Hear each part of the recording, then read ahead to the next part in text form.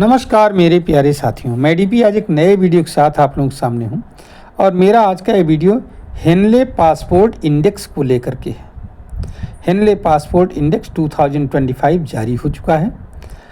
इस इंडेक्स में कुछ बातें बताई गई हैं, अर्थात इंडेक्सिंग किया गया है कई कंट्रीज़ को, उसके विषय में हम चर्चा करेंगे। लेकिन इससे पहले आप ये जान लीजिए कि हेनले पासपोर्ट इंडेक्स है क्या चीज़। तो एक फर्म है लंदन की, मुख्यालय इसका लंदन में है, हेनले एंड पार्टनर्स नामक वैश्विक नागरिकता एवं निवास सलाहकार फर्म है। ध्यान रखिएगा, इसका मुख्यालय लंदन में है। ये फर्म जो है आईटा का मतलब international air transport association IATA से डाटा लेती है और अपनी एक रिपोर्ट तैयार करती है। ठीक है, इस रिपोर्ट के आधार पर विश्व के हर देश की एक रैंकिंग की जाती है। इसे ही कहा जाता है हेनले पासपोर्ट इंडेक्स। यह रैंकिंग ये बताती है कि उस देश का पासपोर्ट ले करके आप विश्व के कितने देशों में वीज़ा फ्री ट्रेवल कर सकते हो, वीज़ा फ्री एंट्री ले सकते हो। जैसे हेनले पासपोर्ट इंडेक्स में नंबर 1 पर 2025 में भी सिंगापुर है। इस देश का पासपोर्ट अगर आपके पास है तो आप 193 देशों में, कंट्रीज़ में फ्री वीज़ा पर यात्रा कर सकते हो।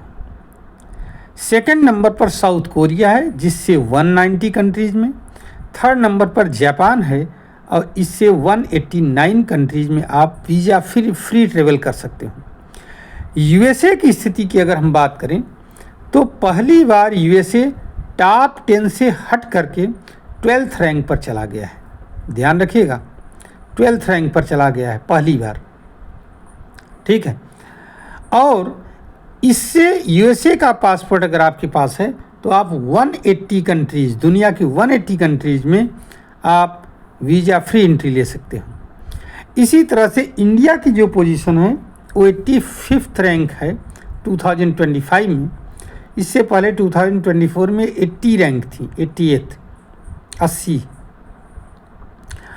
इस इंडिया के पासपोर्ट से आप 57 कंट्रीज़ में वीज़ा फ्री एंट्री ले सकते हो।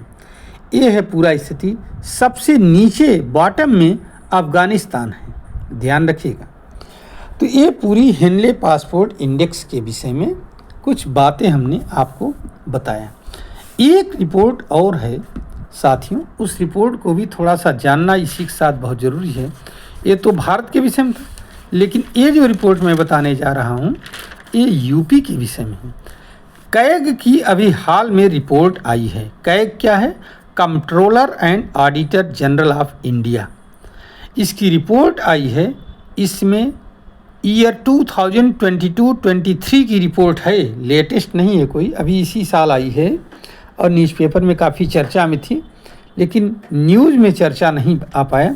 इसको जानना आपके लिए बहुत ज़रूरी है कि 2022-23 में जो रिपोर्ट आई उसके आधार पर यूपी को सबसे जो है क्या माना गया है, फाइनेंशियल रोल मॉडल स्टेट माना गया है। कैग की रिपोर्ट में फाइनेंशियल रोल मॉडल स्टेट माना गया है और इनका ये कहना है कि 2022-23 में 1,03,237 करोड़ रुपीस का प्रयोग यूपी ने विकास और पूंजी निर्माण के लिए किया है। राजस्व व्यय को नियंत्रण में लाया गया है। ठीक है, राज्य की स्वयं की राजस्व की प्राप्त अर्थात टैक्स और नॉन टैक्स जो रेवेन्यू है वो कुल का 45% है बताया गया है। जबकि अगर आप देखेंगे तो हरियाणा और तेलंगाना में 70 to 80% के आसपास ही रहा है। यूपी का कुल व्यय अर्थात निवेश पर खर्च की बात हो रही है 9.39%।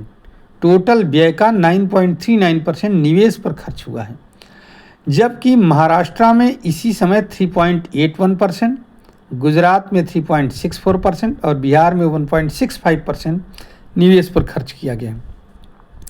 सैलरी की बात है, सबसे ज़्यादा 16 राज्यों ने इंडिया में अपने टोटल जो भी उनका बजट था उसका 20% सैलरी पर खर्च किया है, जबकि यूपी में केवल 12.43% सैलरी पर खर्च हुआ है।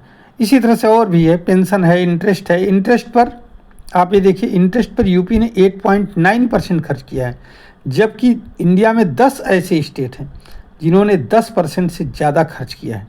तो कुल मिलाकर के कैग की रिपोर्ट में यूपी को राजस्व व्यय के लिए फाइनेंशियल रोल मॉडल स्टेट बताया गया है। ये दैनिक जागरण की भी रिपोर्ट है, इंडियन एक्सप्रेस की भी रिपोर्ट है। UP recorded highest capital expenditure among all Indian states in the financial year 2022-23 and according to the state finance account released by CAG, Comptroller and Auditor General of India, the state spent 1,03,237 crore on capital project, ठीक है। Amounting कितना है, amounting to 210.68% of its net public debt receipts. इसके बाद में report काफ़ी लंबी चौड़ी है, तो उसी का मैंने एक जिस्ट आपको देने की कोशिश किया कि क्या हालत है। तो ये रही यूपी में फाइनेंशियल सुधारों की बात। चलिए, इसमें आपको हो सकता है हमारी ये जो बातें हैं ये आपको पसंद आएँ, और अगर पसंद आती हैं तो आप अपना हमारी वीडियो को इसको शेयर करिए, लाइक करिए, हमारे चैनल को सब्सक्राइब करिए। धन्यवाद, नमस्कार, जय हिंद, जय भारत, वंदे मातरम।